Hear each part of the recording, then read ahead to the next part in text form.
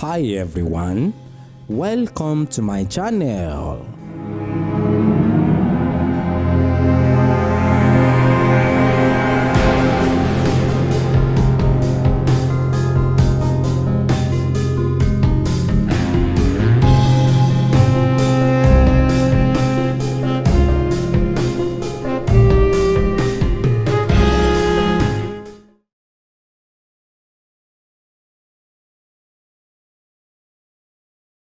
Ìyàwó Olókun nígbà tí Ọ̀rúnmìlà tó ń bọ̀ láti ọ̀run, lára àwọn tó jẹ́ pé nígbà tó dé ayé tó fi ṣe ìyàwó nìyẹn, tó dẹ̀ wà lọ́dọ̀ ẹ̀ títí ti di eléyìí.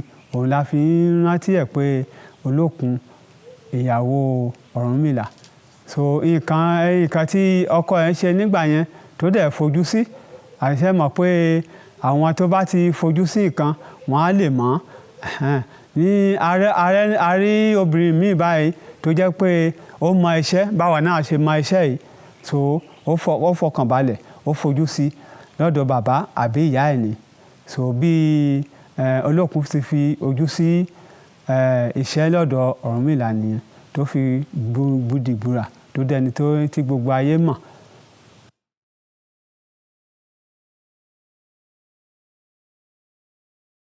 Nǹkan tó wà ńbẹ̀ ni pé àwọn tí eléyìí tá sọ pé ọ̀làjú yìí, àìmọye lára wọn tó jẹ́ pé ó kà fìyẹn bojú pé ọ̀làjú ni, tó jẹ́ pé ọ̀dọ̀ wa náà máa wá.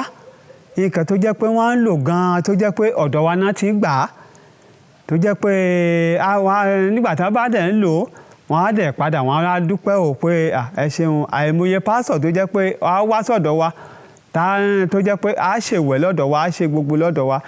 Ọlọ́run ò kẹ̀yìn sí, because Ọlọ́run ẹni tó bá fi tiẹ̀ tó bá fi ṣe ìkà lọ́lọ́run kẹ̀yìn sí.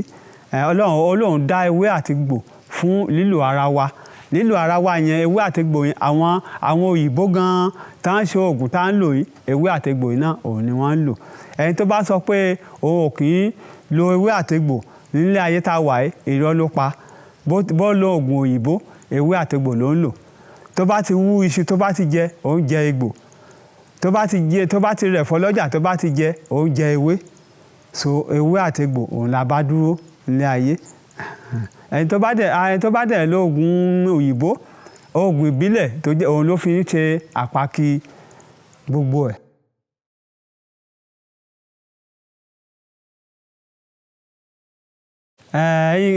Ẹnìkan tó bá sọ pé wọ́n ń bọ òrìṣà, kò sọ̀rọ̀ tó jẹ́ pé ó bá ọ̀rọ̀ mu ni.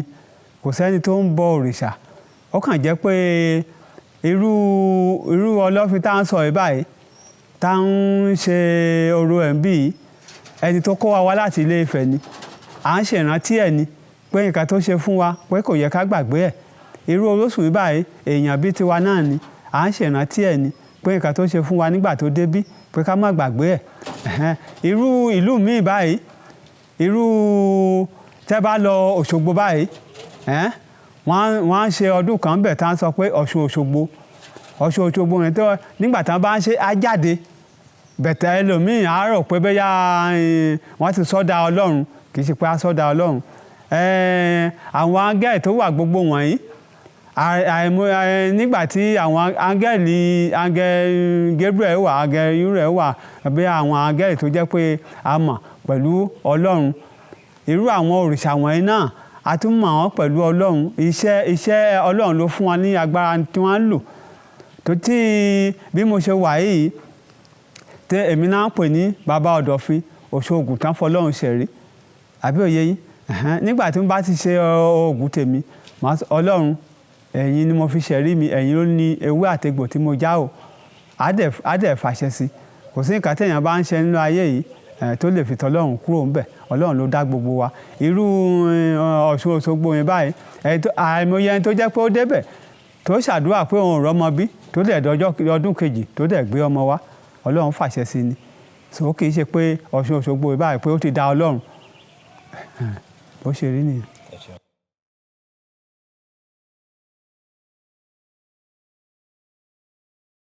Ọlọ́run sọ pé àwa ẹlẹ́sìn àbáláyé wọ́n ní tí babaláwo bá ti jí á kí ifá ẹ̀, tí ọlọ́pẹ̀lẹ̀ bá ti jí náà á kí ifá ẹ̀, ká tó kí ifá náà Ọlọ́run la kọ́kọ́ dárúkọ ẹ̀. So nígbà tá a bá dárúkọ Ọlọ́run tán àwa sọ pé kó fi àṣẹ sí nǹkan tá àwa ń ṣe, àwa kí ifá wa máa lànà fún wa. Ṣebí àwọn tó wà ní ṣọ́ọ̀ṣì náà sọ pé àwọn náà ṣọ́ọ̀ṣì, ṣebí wọ́n ń pe Angel Gabriel wá ṣàgbára fún wọn, ṣebí Angel Gabriel yẹn kì í ṣe Ọlọ́run. Bí àwọn òrìṣà wọ̀nyí ti wà, wọ́n á jẹ́ áńgẹ́lì nípa tiwọn. So àwọn Muslim wà, wọ́n á sọ pé ìkan Allah, ìkan ànábì, ìkan àwọn yẹn ò kì í ṣe Ọlọ́run náà. Àwọn tó jẹ́ pé wọ́n ń ké sí, tó jẹ́ pé ó gẹ́gẹ́ bí áńgẹ́lì fún wọn, òun ni wọ́n dárúkọ ẹ̀ yẹn. Tí wọ́n bá dẹ̀ dárúkọ ẹ̀, kò sí bá ṣe láì dárúkọ ẹ̀ kan máa dárúkọ Ọlọ́run tó dá wa gbogbo. Irú àwọn nǹkan tó tá a rántí ẹ̀ tá a ń pè lọ irú Orosùn báyìí nídànrè, nígbà tó máa fi débí omi tá a ń pè ní omi arun yìí, kórosùn kúrò tó débàrè tẹ́ni mẹ́wàá tó bá ṣe àìsàn 6 àbí 5 lè kú bẹ̀. So nígbà tí Orosùn débí tọ́mọ 10 tó bá ń ṣe àìsàn, agbára ni ẹyọ kan lè fi kú bẹ̀. So bó ṣe wá ń tọ́jú wa ń gbà yẹn tó kó gbogbo èèyàn mọ́ra tó ń tọ́jú wa yẹn, òun la fi ń ṣe ìrántí ẹ̀dẹ̀ ní ilé ní pé nǹkan tó ṣe fún wa nígbà yẹn kò yẹ ká gbàgbé ẹ̀. So kì í ṣe pé a sọ́dọ̀ Ọlọ́run.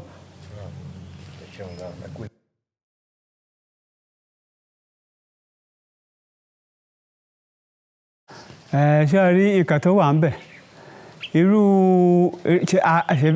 Àìmọye babaláwo tó ń lọ ṣọ́ọ̀ṣì, àbí òye yín, tó jẹ́ pé á san ìdámẹ́wàá fọ́lọ́run, tá lọ dúpẹ́ pé Ọlọ́run ó ṣeun ó fún àwọn iṣẹ́ tó fún ó jẹ́ dáadáa, mo dẹ̀ ń pé Ọlọ́run ó dẹ̀ dá mi lóhùn. Àìmọye àwọn Muslim tó jẹ́ pé àfáà ni wọ́n, àfáà míì gan-an ó gbọ́ná bí ajere ni. So gbogbo nǹkan tán kò sẹ́ni tí ò ṣẹ̀ ní ìlànà tiẹ̀. Àwọn tó sọ pé àwọn pásọ̀, àìmọye ẹlòmíì tó jẹ́ pé bàbá ẹ̀ babaláwo ni, ìyá ẹ̀ babaláwo ni, tó jẹ́ pé nǹkan tó jogún lọ́dọ̀ ìyá ẹ̀ àti bàbá ẹ̀ òun ló ń lò, tó jẹ́ pé ó fi ń ṣe pásọ̀ yẹn tí gbogbo èèyàn dẹ̀ ń rọ̀ṣì ẹ̀, ewé àtegbò tó jẹ́ pé òun ló ń lò, àbí òye yín. Bẹ̀tì míì pé ó ti gbé aṣọ funfun tó ti ran ní gàmọ́níà tó ti gbé wọ̀, tó wá ń la gbogbo pé kẹ́pọ̀ Ọlọ́run o, ẹ ṣe gbogbo òun fún wa. Àìmọye pásọ̀ gan tó jẹ́ pé a máa sọ̀rọ̀ lórí pẹpẹ, tá a sọ pé ẹ wò ó, nǹkan tóun bá ti sọ òun ni kẹ́ tẹ̀lé o, kẹ́ má tẹ̀lé ìwà tóun fù, àbí òye yín. Ṣé o mọ̀ pé ó ní nǹkan tó jẹ́ pé orí tó jẹ́ pé sọ bẹ́ẹ̀.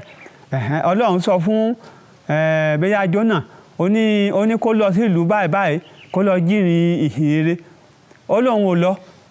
Ìgbà tọ́lọ́run bá tó dẹ̀ máa gbé sí ẹnu ẹja, ó lọ já sílẹ̀ lọ́hùn. So iṣẹ́ tọ́lọ́run rán yẹn òun ló ṣe. Irú ẹni tó ń ṣe babaláwo báyìí, tó bá ti jẹ́ sọ́wọ́ ẹ̀, tó bá dẹ̀ ti rí jẹ tó ń rí mu, tó ń ṣe nǹkan táwọn ẹgbẹ́ ẹ̀ ṣe, ìlànà tọ́lọ́run fún nìyẹn. Tó bá ti fi ṣe nǹkan búburú, Ọlọ́run ò lòdì fún. Àìmọye pásítọ̀ tó jẹ́ pé á kú báyìí tó ní rọ̀rùn wọ̀, babaláwo tó bá ṣòtítọ́ tó jẹ́ pé á dẹ̀ rọ̀rùn wọ̀.